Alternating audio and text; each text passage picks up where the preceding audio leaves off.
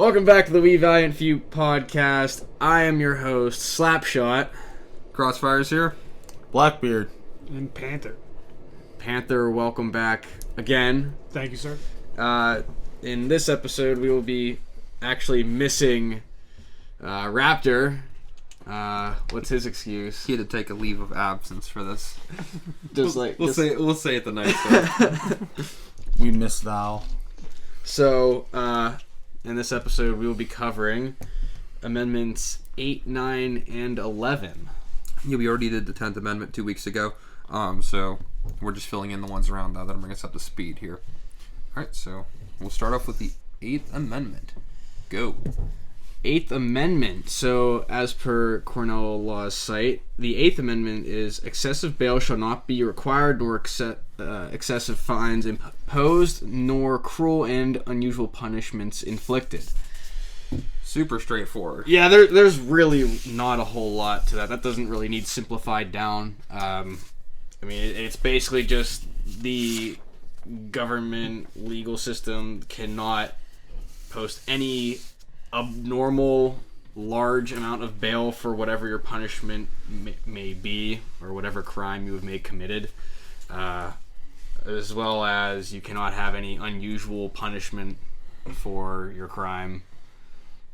So the way it was before that, like Salem, like if you were a witch, they waterboarded you. Like that's cruel and most certainly unusual punishment. So that's not legal to do that anymore. Oh yeah, God, the witch trial. They just throw you in the water to see if you could swim or sink. If you sank, you weren't a witch. Hey, if we but if you knew, fire. But if you happened to know how to swim, then you were a witch. So then you got pulled out and then hung. Yeah, or something like that. Hey, if you don't burn alive, you're not a witch. Why do witches burn? Because they're made of wood. Yeah. No, but so you can't do stuff like that anymore. That's frowned upon. Yeah. And then there's certain efficacy to that. That's like those trials really went on. Yeah. That's what's crazy. Is people really acted like that. Yeah, you sit back and you're like, oh man, I'm embarrassed that Yeah. this is what we came from. Ugh. But I mean, that's an extreme example. That was a really big predecessor to some stuff. But nowadays, we look at unusual punishment, and it's things like unusual punishment's kind of hard to quantify because we all think of what the normal punishment is, but unusual punishment, I guess, and this would fall underneath cruel punishment, is if someone's imprisoned here in America, they can't be sent to a labor camp or something, whereas that happens in other countries, or even though that someone can commit some egregious crime, they can't be tortured. Yeah. Which again occurs in other countries, but this protects people from that here. Right, and I think more so we see the 8th Amendment shine in regards to death penalty related crimes. Definitely. So I know the death penalty is still legal to this day in 28 states. That sounds right. Check my factuality on that one, but it's more so if you're going to be sentenced for first degree murder. Death penalty might. I guess it depends. Oh, look, I was right. 28 states. Solid. Did your homework. Mm-hmm. I did do my homework. I came prepared today. So, in most cases, you'll more than likely just get life in prison for first degree murder. But I guess depending upon what the murder might be, obviously it depends upon how you're tried. It's different for every case. Yeah, well, of course, it's all case by case dependent. That's most things are like that, and I think it's at least the way that our justice system works. I think it pretty much comes down to there is a standard type of punishment, a standard if you do this is what happens. It has to meet certain criteria. Well, it's written in the statute. Well, it's not so much certain criteria, but there's not even almost. Their strip is expected punishments. So nothing really deviates from that. I think where we see the 8th Amendment really shine today is in the excessive bail stuff. So if someone commits petty theft and they steal $250 worth of stuff from a store, they can't be put in prison with a bail of like $3 billion or something. But what they can do is be put on in the town square and stoned. Is that still legal? I don't actually know. At Panther, is that legal? No, that is classified as cruel and unusual punishment. That was a joke. I know certain states you can still get hung for stealing horses. Hanged for stealing horses. Hung? Was that on the other episode we were talking about weird laws? I think so, yeah. Yeah, it was. Yeah. Sleeping on top of a refrigerator. That's right, you can't do that. Anyways. The sleeping on top of a refrigerator? Yeah, it's not a real law. It's not? No. I think we cross-referenced that with some law institute, and they said you could get in trouble for it. I think so. Yeah. Yeah. It's ridiculous. Think back to the Fourth Amendment, man. That's insane. Well, like, are you sleeping in the middle of the street on top of a refrigerator, or like in your own home? What if it was some? It's like, outside. You know, Anything homeless man? outside your house. Yeah. Yeah, it's super weird. Yeah, get schooled, hot boy. Here, let me go ahead and just go look through the titles. Yeah. Go ahead. So, basically, the Eighth Amendment is just important because it's I guess it's more so fairness than anything. Yeah. The punishment, it basically states the punishment has to fit the crime. Right. So, with the bail, like you brought up earlier, if you do a petty crime, you can't have a $20,000 bail if you only stole like $100 worth of stuff. So Yeah, it'd be grossly one-sided. yeah, And I know this was a point we talked pre-podcast, pre-game that we were talking about the riots and how the bails for some of the riots were crazy numbers, like like $1 million plus bails. I remember Tim Poole talked about those a while back, and he was saying there's some people with like $1 million bails. And I was thinking that was my first thing, is like, wow, that kind of seems like that's excessive bail. And then remember we talked about it, and it's like, well, if you cause hundreds of millions or tens of millions of dollars in damage, that the crime is fitting of the actual bail or the fine. So I mean, that makes sense. yeah. I think I gave Minneapolis as the example. If you're charged to be charged with inciting a riot, you have to have a group of people, and you have to be the one causing and instigating that riot. Inciting the riot. Yeah. So, if you were charged and found guilty of inciting a riot that caused, like Minneapolis, over $1 billion worth of damage to that city, $1 million bail doesn't seem as excessive after you look at it that way. Yeah, that'd be like if there was $1 billion worth of damage and there was $1 million bail, that would be equatable, like scale wise, that if you stole $1,000 worth of stuff, that your bail would be $1. That's right. So you just shave some zeros off and the scale stays the same. It's like, well, that seems really reasonable. Yeah, exactly. So I think that actually gets rid of excessive off that. So it's just bail at that point. Yep. Yeah, don't burn cities down. That won't happen to you. Oh, we can make a whole series out of that. Yeah, don't get Blackbeard started on that one. Yeah. Yeah, we'll stop you right there. So in an effort to not cause that, I think argument. yeah, well, that history lesson. Yeah. Call it. I think that's. Open up that can of worms. Yeah, Pandora's box. I think that pretty much sums up all we really wanted to talk about on the Eighth Amendment. I mean, it's pretty straightforward. We could hit on how the Eighth Amendment has caused the death penalty to change, the means of the death penalty. Oh yeah, that's actually a good thing to talk about, because I know that when I was doing research for the Eighth Amendment, there was a ton of court cases. Like I'm talking like one after another, where people. And in most cases, it was people that had some type of mental disorder that received the death penalty, and the argument was that they shouldn't receive the death penalty because of their crime was caused by their mental disorder, so that was looked at as excessive punishment. Okay, what about people that that are not technically ill, but they're just claiming insanity? How does that work then? That's got to be weeded out through the trial process. So, if somebody's claiming insanity or mental illness through their trial, they're going to have That's prosecution, defense attorneys.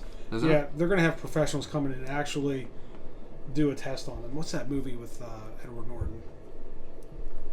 I would have no idea. That's a lot of movies. Yeah. No. There's a specific movie where Edward Norton pleaded insanity. He said he had split personality, and he ended up winning, but it has Matthew McConaughey in it, too. Yeah, I have no idea on that one, honestly. Well, to anyone listening, if you know that movie. Yeah, but that's exactly what happened. Is he? If you know that movie, shout it out in our Discord. Hey! Hey, shameless plug. But what you were saying, it's like getting weeded out in the trial process. They have professional psychologists come in and determine if they're if it's mentally legit or not. what they're doing is they're determining if they're mentally fit to stand trial, and if this crime was caused by their mental illness, if they have one.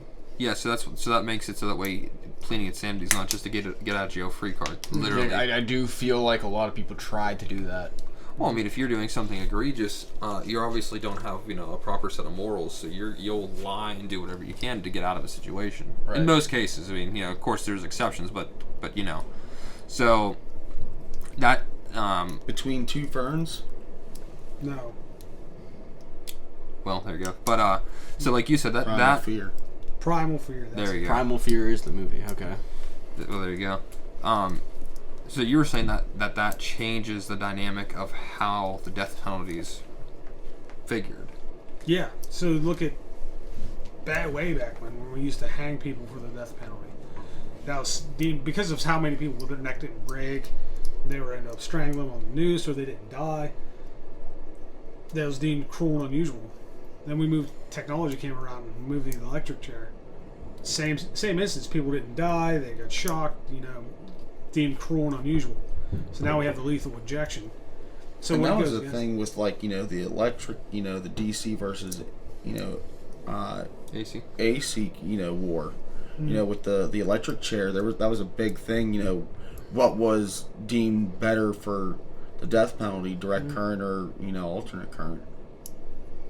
What was Ted Bundy? Ted Bundy, I think, got the electric chair. Yep. He did get the electric chair. That's Yeah. right. Now, is there states now still using the electric No, chair? it's all No. lethal injection. Yep. It's all lethal injection now. So I mean, that would tie in, because I'm sure there was, some. Well, they specifically do lethal injections because that's looked at as a humane way Yeah. to do the death penalty. They get painkillers, then they get put to sleep, and then they get the lethal injection. So the electric chair is no longer. Mm-mm. Really? I'm pretty sure. I I'm kind pretty of sure thought that was still a thing down in Texas. I just pulled up Because the site. Texas is pretty. there very well could be states that still use it. I'm not aware of any. Oh, you know what? This site is as of 2013, so never mind. This site's out of date. But I was just looking at the different types of death penalties. There's lethal injection, of course, electrocution, lethal gas, firing squad, and hanging. Well, that's definitely old time. Well, Yeah. UCMJ still uses firing squad. Yeah, Still but, technically. yeah, but when was Oh, my that God. last used? Jesus. I don't even know. How does firing squad work? That's Well, how many people are there in a firing squad?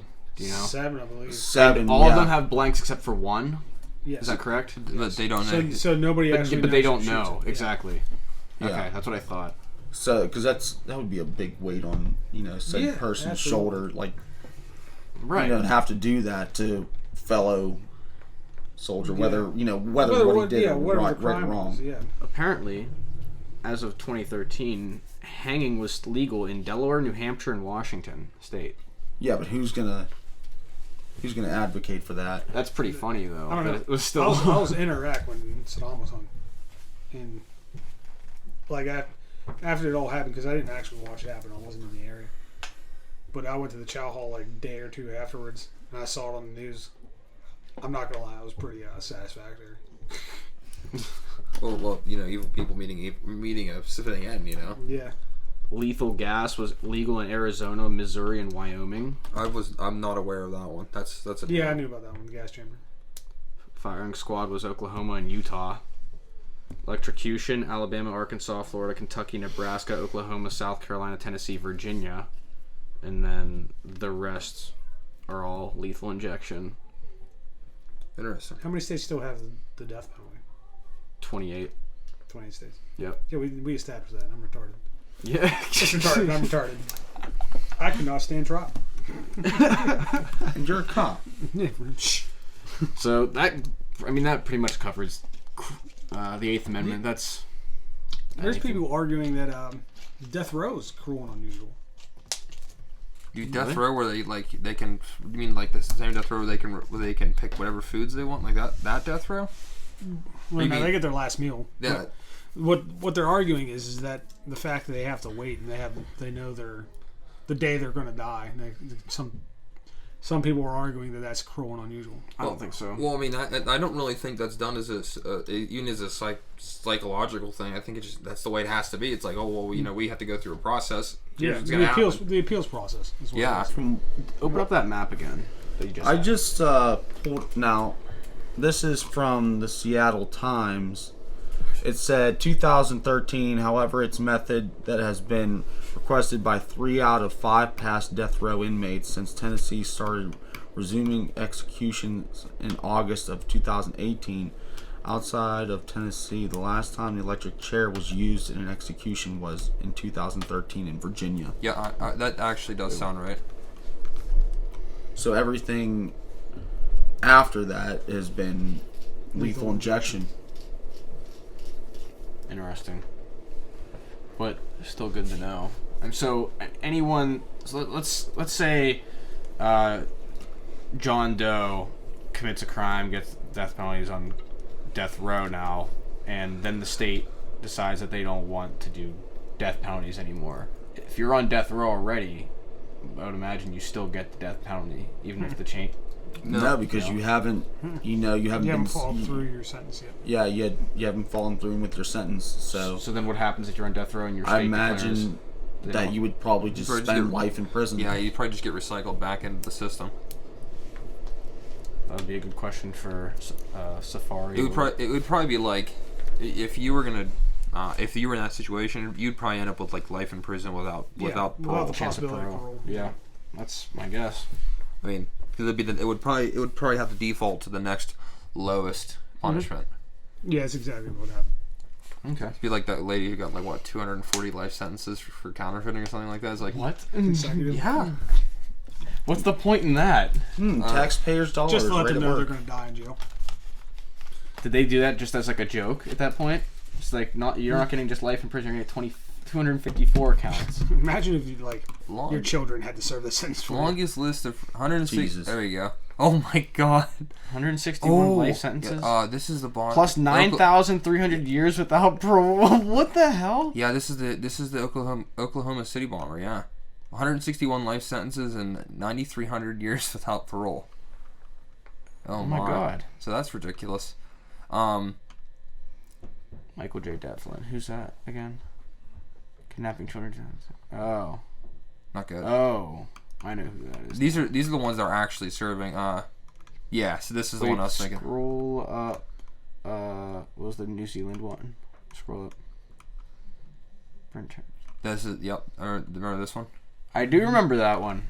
That was posted on social media. So this is video of it. This is the one I was really thinking of here. 141,000 years. What? Jesus. Amazing. Chamoy Thipioso in Thailand, world's longest sentence for corporate fraud according to Guinness World Records, 2006. Also the longest non-life officially confirmed sentence ever handed in the world. She defrauded more than 16,000 Thais. I always said thighs. in a pyramid scheme worth $204 million at the time. However, the law of the time specified that those convicted of fraud could not serve more than 20 years in prison, and she was released after only 8. 8 years. Served for 8 years on a 141,000 year sentence. I think they min-maxed the life right there. Yeah. So Chamoy Thipioso. And meanwhile, Bernie Madoff got, what was it? Do we know? Oh god, just look up Bernie Madoff. What did he have to serve for his? That's interesting. 141,000 years in prison for a pyramid scheme. And Bernie Madoff got a 150-year sentence. Yeah. Was it worth it? I don't know. He died. He died in prison, I think. No, Is he still. Or is he still alive? Oh no, he's still alive. He's gonna rot. Well, yeah. I'm still incarcerated. North Carolina. Butner. Oh, there you go. Imagine pulling off such a scheme, and now your entire family hates you and doesn't even want to visit you in prison anymore. Forfeiture. Was he the CEO of Enron? Yes. Sure. I believe that was Enron. Chairman of NASDAQ. He was. Just a little thing. Yeah, small thing. Small thing. Imagine going to Hofstra University. What's Hofstra known for? Oh, Bernie Madoff went to school here. Oh, that's cool. $17 billion. That's a little bit of coin. Yeah, and he only got 150 years in prison. Only. Yeah. He should have got 141,000. These people are getting off easy. But yeah, that gets the point. well, see, there's 104. Well, actually, 141,000 years in prison. Is that cruel and unusual? it's not America. But and then Okay. then the longest sentence is Terry Nichols. That's right. But, in America. But 161 life sentences is for one of each convicted accounts of murder. Right. And then Plus 9,300 years without where did the 9,000 come from? probably from these other events and stuff like that. Consecutive years. So life sentences. It goes by how many 25. counts. Yeah. Oh, I was gonna figure out that. So it'd be like what 30. Yeah, I guess it'd be basically like. Come on, wizard. Be like 5,000, or it'd be like basically 100. Those plus 20 years per sentence, plus an extra 5,000 years. It's nuts. Well, I wish I could rack off numbers in my brain like you. You just scroll, just carry things around, easy. But I mean, that's pretty much. I think that's pretty much it for the. yeah, we're good on the Yeah. 8th. We keep getting sidetracked, but I don't hate it. Anything else for the 8th? We're good. Nah. We're yeah, good. That's dumb. Okay, I was making sure. We're good. So the 9th Amendment, I really don't think there's a whole lot to talk about this one. I mean, we'll spend a whole 2 minutes talking about this one. There's one point I really want to make about the 9th Amendment. But I'll read it off for us. So 9th Amendment, as referenced from Cornell's law site, as usual, the enumeration in the Constitution of certain rights shall not be construed to deny or disparage others retained by the people. So it's worded a little bit weird, but basically what it means is that any rights that are not explicitly enumerated or said in the Constitution are rights that belong to the people. Examples of this would be like, it's not explicitly written your right to privacy, but you have the right to privacy.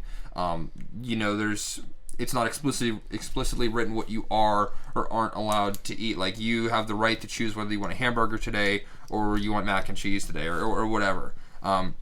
Same with, like, if you want to buy Converse shoes versus you want to buy Nikes, yeah. So they're Ooh, Nike. you can 511 tacticals. boots, yeah. Get you some atlases. But like that type of stuff is not. There's no way they could have written that much stuff into it. James Madison came up with this amendment specifically for the fact it was just like a know-all, be-all amendment that you don't need to express every little detail of life for it to be like a known amendment. Like it just like what you said. Yeah, Everyone has the choice, the freedom to do stuff like that. So this is the stuff that. So go ahead. What it basically states is, if it's not explicitly written in law or in the Constitution, by benefit of the doubt, it is given to the people. Yeah. So this is placed very specifically in the Bill of Rights, along with the 10th Amendment, which we covered 2 podcasts ago. The 9th is basically saying anything else we didn't cover in the Bill of Rights and in the Constitution is the rights is the right of the people. And then the 10th Amendment goes on, like we had said, it reserves the rights. So anything not written in the Constitution that's not given to the states is to the right of the people. So those two basically are like what you said. Madison's like that's the end, that's the coverall. So we can't possibly think of everything nor write everything down. It's not realistic to do that. So let's make something that pretty much covers everything. And that was the whole point of doing the Ninth and then subsequently the 10th Amendment. Yep. So those are really important because that basically is like, well, anything that's not spoken, this covers it. But the one thing I wanted to cover about the Ninth Amendment specifically is because of the way it's set up, it helps prevent the government from expanding too much because there's certain things that are not written that you just assume. Again, we'll go back to the thing. It's like, oh yeah, well, I want these type of shoes, not these type of shoes. That makes it so the government cannot make something. It's like, oh yeah, well, we declare what type of shoes you can wear. It's like monopolizing. Monopolizing is a totally different thing. Yeah. What's the? Well, I was meaning like wrong wording. I knew what you meant. Like it's not Your allowing. heart was there. Yeah, that's all that matters. It's like you're not letting the government, tell you, like how you guys had said, just basically let one company or one brand of shoe rule the market. Well, that's the big. I mean, that's a side effect of it, but it's not so much just that. It has to do with limited control, because the idea was originally a small government that didn't want to meddle in everything. So this helped promote that. That was the big thing I wanted to talk about. You guys good over there? Yeah. Do you need a fire ant here or something? Hook me At up, Blackbeard, at Panther. Hook a brother up. I'm gonna at you. Hashtag. That was pretty much the only thing I wanted to cover on the Ninth Amendment. I knew this one was going to be really fast. Yeah, there's nothing else that really needs to be added to that. By the way, I drank some of that earlier. Sorry. I don't care. I like your Corona. Okay. My Corona. That's how it be. All right. Well, yeah, I guess we'll move on. That'll push us on to the 11th Amendment, which... I got the honors. All right. I like reading. Reading is fun. We couldn't tell.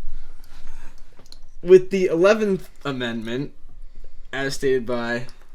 Who's it by? Crossfire? Is that Cornell Law's site? I'm pretty sure it is, yeah. Oh my gosh, it is. Where else do we quote from? Okay. The 11th Amendment is the judicial power of the United States shall not be construed to extend to any suit in law or equity commenced or prosecuted against one of the United States by citizens of another state or by citizens or subjects of any foreign state. So I mean that definitely doesn't really sound like much. Again, it's all written in fancy law lingo, but it basically gives people the right to sue the states. So if there is an issue with something that most of the time it comes up with the way that a state's doing a particular law, and then someone sues over that. So there are tons and tons and tons of examples of this. Like when you see someone versus name of state, that's what this law falls underneath. So I mean, there's tons of things that this allows people to really how would you phrase that? This allows people to really push back against the states if something isn't done correctly. Yeah, I guess. Basically, when your rights are infringed. Yeah, pretty much. Well, that's most of the time when it actually shows up. All right, for my own personal knowledge, because I'm not like too, knowledgeable on this amendment.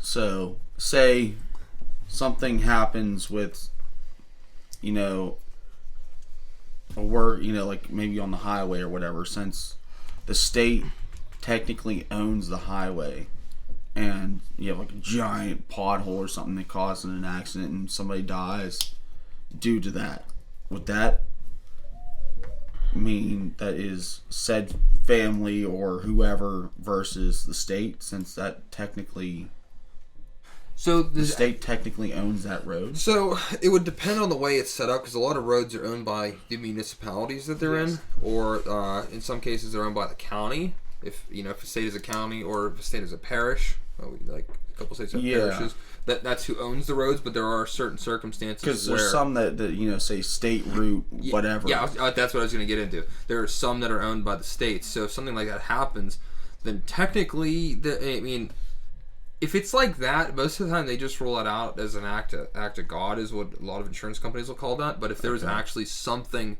filed there, absolutely. So like if you do something if you get a speeding ticket, it's the state versus you. It says Yeah. right at the top. Yeah. So it's like that happens all the time. So say if you unlawfully got or like unjustly got a speeding ticket somehow, like say it was done through one of those speed cameras and It wasn't calibrated. it wasn't calibrated properly. And this is totally off the top of my head. I don't know what you have to do. Say that happens, then it comes back at you. You could push that back to the state and fight that. Be like, hey, this is not something I did. This is wrong, and you could go through the process that way where it's legally you against the state. I mean, but a lot of it comes up, like what you had said, Panther, where there's like a particular infringement of rights that caused that to happen.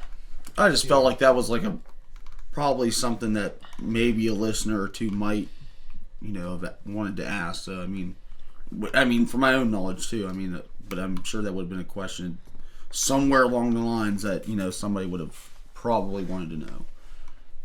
Yeah. So like, I'm trying to pull up some cases here. So it says, despite the apparent limitations of the 11th Amendment, individuals may, under certain circumstances, bring constitutional and statutory cases against states. In some of the cases, the state's sovereign immunity has either been waived or the state or abrogated, whatever that is, by Congress. In other cases, it says the 11th Amendment does not apply because this procedural posture is such that the court does not view them as being against the state, as discussed below.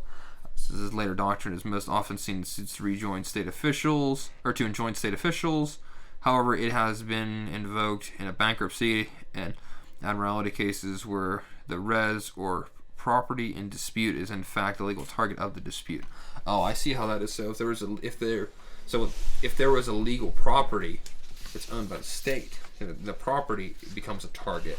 So that would technically be suing against state-owned property, so that would be the state's responsibility. That's not something I would have even thought of. I mean, that's not obvious. From what I'm reading from that paragraph, is the 11th Amendment is giving the state its sovereignty. Oh, it gives the state in the sovereignty in a way that it becomes an entity that the person can sue. Yeah. So it has to have some sovereignty away from like the federal government, for instance, so that way there is a separate entity that someone can sue or file a suit against. I think that's what it means by sovereignty. So it virtually alienates something so that they have someone to sue. It just gives an entity for them to sue, because I can't sue this paperclip. Yeah. So it gives, because I mean, you probably could if you really had enough money to dump into it. Today's day and age, yeah. Honestly, but this identifies as a multi-billion-dollar company. But I think that's what it's basically saying.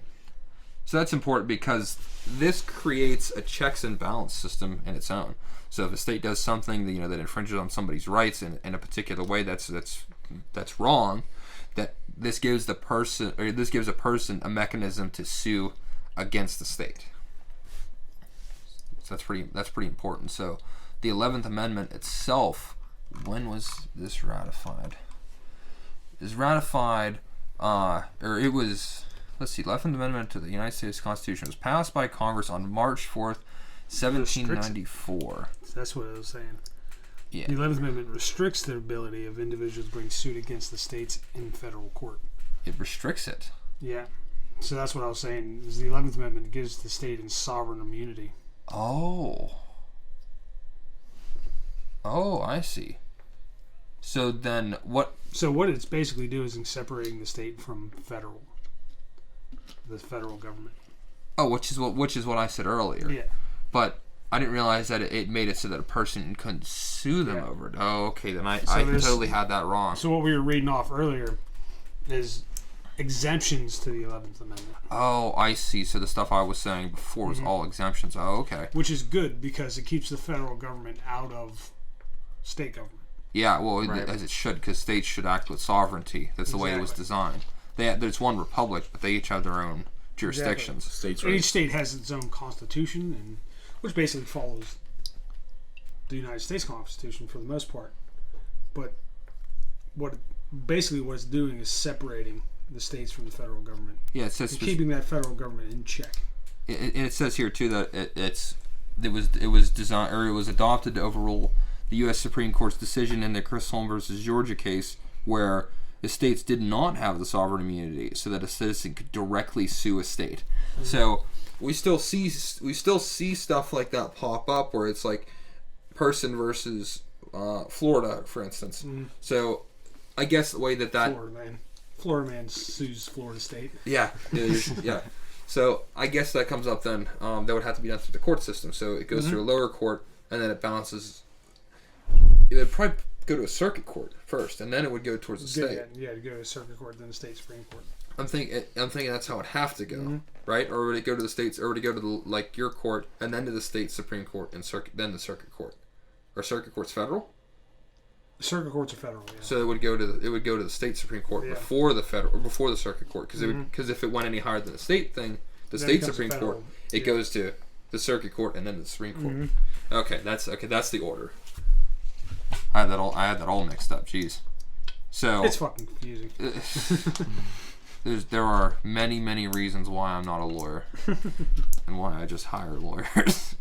But okay, so that I totally had that wrong. I completely had that one wrong from the beginning. Yeah. So it doesn't allow people to sue the state. Sue a state. It specifically gives the state sovereign immunity to not have that happen. Otherwise, people would sue. Government as well. People would sue the states for any random thing. Like that's your question about the poll. That's exactly why you can't do that. That makes a lot of sense. So then that takes it down to municipality, then, right? Yeah. So which is not the 11th Amendment does not go down to. It doesn't. I grasp that, but level. Yeah. In terms of that scenario, you would be suing that municipality, whoever covered that region. Yep. Wow. Okay, so that's like I said, I totally had that one way Your wrong. Your brain is so fucking massive that it's just taking all this information in, and you're confusing yourself. I had an energy rollover on that one. Big brain energy. This non-winkly brain. Well, I mean, since we read it, I mean, that seems like that's pretty self-explanatory. Now that we have the quote-unquote for the 11th Amendment for Dummies version, instead of having the what I read from legal sense thing here, or from the Cornell Law actual written way it's written. So now the simplified version makes a lot more sense now. That's probably why somebody went out of their way to write this. Yeah, put an emphasis restricts. Oh man. We should just read the Law for Dummies site every single time, because we're just going to keep confusing ourselves. Yeah, FYI, none of us are lawyers. No. Not yet. Not yet. But we'll get there. Yeah, we'll get there. I was almost an attorney, but a different type. So civil patent attorney. Almost. Trouble, you have like 100 patents anyway. So. Yeah, really. Patent the coronavirus. Oh yeah. Wait a second. That already exists. Oh look. Hey, we just got demonetized. Oh, rip. Whatever. Rip. Rip. Well, we'll see. I mean, that's about all I had on that one. I was actually surprised we got this long of an episode out of those amendments. I figured those were going to be really fast. We managed to still get almost like 45 minutes out of it. Yeah, well, the 8th is pretty important. The 8th was the one I knew we were going to talk the most about. The other ones are just kind of formalities. Yep. 9th along with the 10th. I mean, although the 10th we were able to talk a whole lot about because there's a lot going on there. The 9th is just a book cap. Here you go. Here, anything I didn't cover, this covers it. So, you guys have anything else to add? I don't. I'm good. No, sir. Just an emphasis on what our founding fathers thought of whenever they were writing this up. Is they wanted the power in the public's hands, not in the government's hands. Yeah, I mean that seems like that's a lot. That's all these original amendments that were around this time here, especially this one here. I mean, this was ratified in 1795. This was just 4 years after the Bill of Rights was ratified. Yeah, see, so all this is really timely, and the founding fathers are so active in the way the government worked back then, that they were able to pass these laws, like you said, that really pushed power to the people and promoted the way that we think of America. Exactly. And how it should be. How it should be, yeah. Small government people. And it should still be this way. Well, it is because of the way they wrote the stuff, yeah. So, I mean, it is technically still like that. Yeah, but there's a lot of, for some other amendments, there's some pressing issues. Oh, There's a lot of boy. infringement on our rights. There are. Oh, boy. And that's why we're here today, to talk to you guys about it all. This can of worms, we can drop down this rabbit hole. We can talk for hours about infringement. Oh, see, that's the thing that really inspired us to do this. It's like, we're just normal people from normal different walks of life that, just mind our own business, and we really were inspired to, come together and talk about stuff like this because we sit there and blatantly see our rights being infringed every single day by people who I just don't.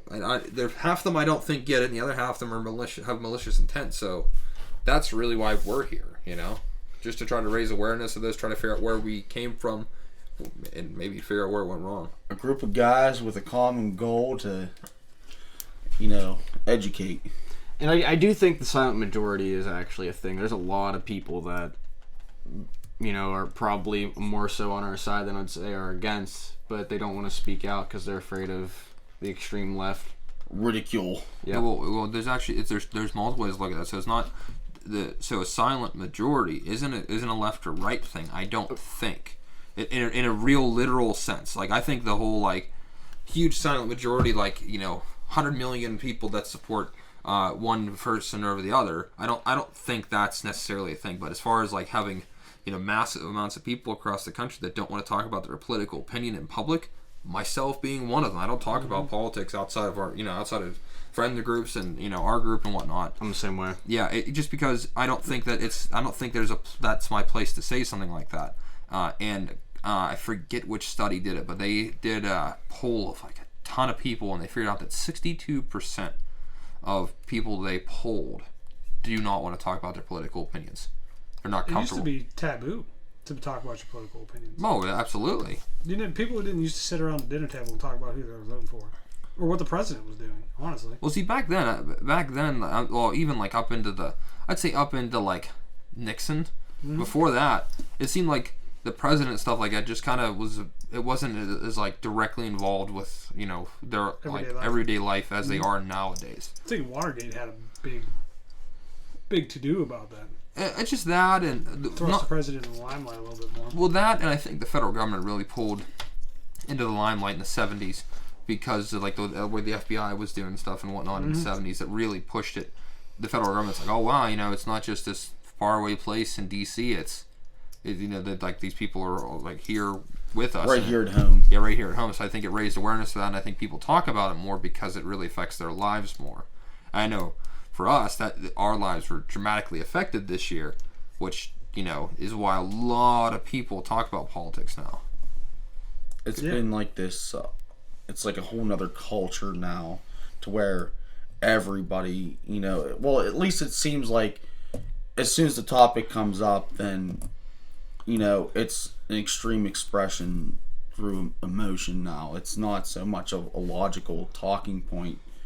It's all emotional roller coaster of talking politics. It's not so much a rational conversation anymore. I think that's what happens when you get people that try to get involved in politics that actually have no idea what politics is about, and just think that the way that everything they think that. Well, in elaborating on that, I think it's people who don't understand that the physical law has to be different from emotions. It just has to be, because one person's emotions or morality, more broadly, you can't have morality policing, which is what they effectively want. It's oh wow, you saying X word makes me upset. It's okay, and they want that to be regulated. You can't do that. Perfect example is what happened to Kevin Hart in the Oscars. Kevin Hart's a liberal dude. He said some joke 10 years ago. People went nuts, and he got banned from hosting the Oscars, which is ridiculous. See, that's completely ridiculous. Especially that digging up stuff on people with years and years back. They don't understand. There's the thought never crossed anybody's minds of, oh wow, society changes. Even in my lifetime, look at how stuff used to be. It's the last 10 years how much stuff has dramatically changed. My God, in the last 5 years. Yeah, name your time span. Look at the last year alone. Mm-hmm. You know, the things dramatically change back and forth, and they don't ever consider it's like, oh well, things change. So that something someone said back then, which was perfectly acceptable, is is not acceptable now. Yeah. And it never crossed anybody's mind. It's like that would be like someone supporting segregation in the 30s. They're like, well, they're an evil person. It's like, no, that was normal up until the 60s. I'm not arguing if it's good or bad. Nowadays, yes, it's bad. We all sit there and think it's like, of course it's bad. But that wasn't apparent back then. Society changes, people adapt to it. You know, like people don't think about that. Like you said with like Kevin Hart, like stand-up comedy has really taken a huge hit because people, sense of humor. Like really, there's a really big lack of sense of humor anymore. Like where people really get bent out of shape, so to speak, over we can't look at each other and laugh anymore. That's the thing. It's like there's you can say certain things, and it's obvious which things are satirical, and a lot of people get it and they're like, haha, that's really funny, or like a dark humor, especially. People either love it or they look at you like you have two heads and they're like thinking you're the worst thing ever. And it's like it's just humor. I mean, if someone says something with serious intent, you can tell the difference. Dave Chappelle is like a very like cut and dry I love Dave Chappelle. Example of that, because the guy touched every controversial joke there is and really made it funny, and made a joke out of it, just because what else are you gonna do? You gotta make light of dark situations and dark things. I had a friend of mine who, I'm still friends with him, and he is in a wheelchair. I mean, he's always been like that. If I'm not mistaken, I think he has cerebral palsy. I think that's what's wrong with him. I haven't talked to him for a bit, so if it's not whatever, but.